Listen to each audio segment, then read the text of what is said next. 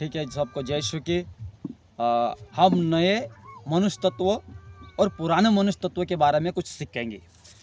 परमेश्वर का वचन हमसे कहता है कि इसलिए यहाँ पे कुलुस्सियों की पुस्तक उसके 3 अध्याय और आगे हम पढ़ते 5 से लेकर, इसलिए अपने उन अंगों को मार डालो जो पृथ्वी पर है, अर्थात व्यभिचार।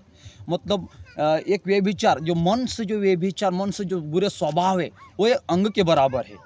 तो उनको क्या करना है? मार डालो कहा। मार डालने का अर्थ यह है कि उसका हमें भूलने का कहता है। दुष्कामनाएं, बुरी लालसा, लोभ, जो ये इन ही के कारण परमेश्वर का प्रकोप आज्ञा न मानने वालों पर भड़कता है। और जैसे कि हर एक जो गंदे स्वभाव, गंदे विचार जो पुराने मनुष्य तत्व के, हमारे पुराने मनुष्य तत्व में रहते हैं, इनको छोड़ना है हमें और इनको उतारना है। मन से, शरीर से निकालना है, मतलब उतार डालना है। पूरे गंदे चीज़ों को हम उतारना है।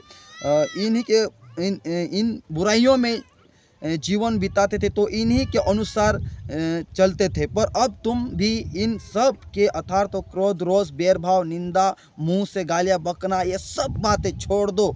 एक दूसरे से झूठ बोलना, क्योंकि तुमने पुराने मनुष्य तत्वों को उतार डाला है।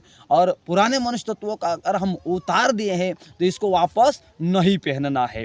अगर जो गंदी चीज़ों का हम फेंक देते हैं तो उसको वापस नहीं लेना है। अगर जो कोई थूकता है तो उसको वापस चाटता है क्या? नहीं चाटता है। तो थूक दिया है, अंगीकार के साथ निकाल दिया है, तो उसको वापस नहीं लेना है। तो यहाँ पर परमेश्वर का वचन कहता है कि देखो पुरानी बातें बीत गई है। जैसे हमने प्रभु को जाना, पुरानी बातें बीत गई है, अब देखो नया सब हो गया है। तो नया हो गया है तो हम नए मनुष्य तत्वों को पहन लिए है। और नया मनुष्य तत्व पहनना का मतलब यह है कि प्रभु का वचन कहता है कि परमेश्वर का मंदिर तुम हो कहता है, और उसमें परमेश्वर का आत्मा वास करता है। तो ये घर प्रभु का है, तो इसके अंदर एक अच्छे स्वभाव पाया जाना चाहिए। नया मनुष्य तत्व अगर बनना है, क्योंकि पेड़ अपने फलों से पहचाना जाता है, उसके फल से पहचाना जाता है। तो जो नया मनुष्य तत्व है उसकी आदत से उसको पहचाना जाता है। उसके अंदर से जो भी निकलता है, उसके स्वभाव, उसके आवाज़ जो निकलती है, उसके जो स्वभाव निकलते हैं, उससे पहचाना जाता है कि नया मनुष्य तत्व है कि पुराना मनुष्य तत्व है।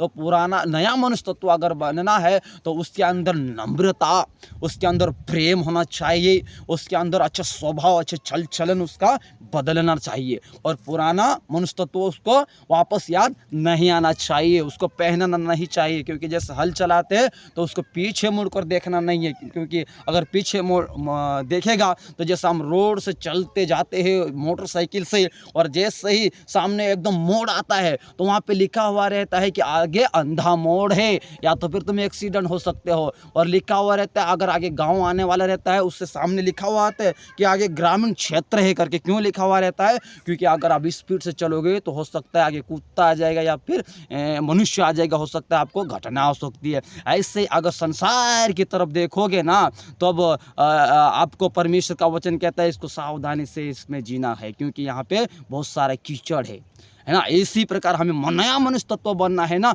ज्योति के समान चलना है, क्योंकि परमेश्वर ज्योति है और उसके संतान में ज्योति होना चाहिए। सबको जय श्री की।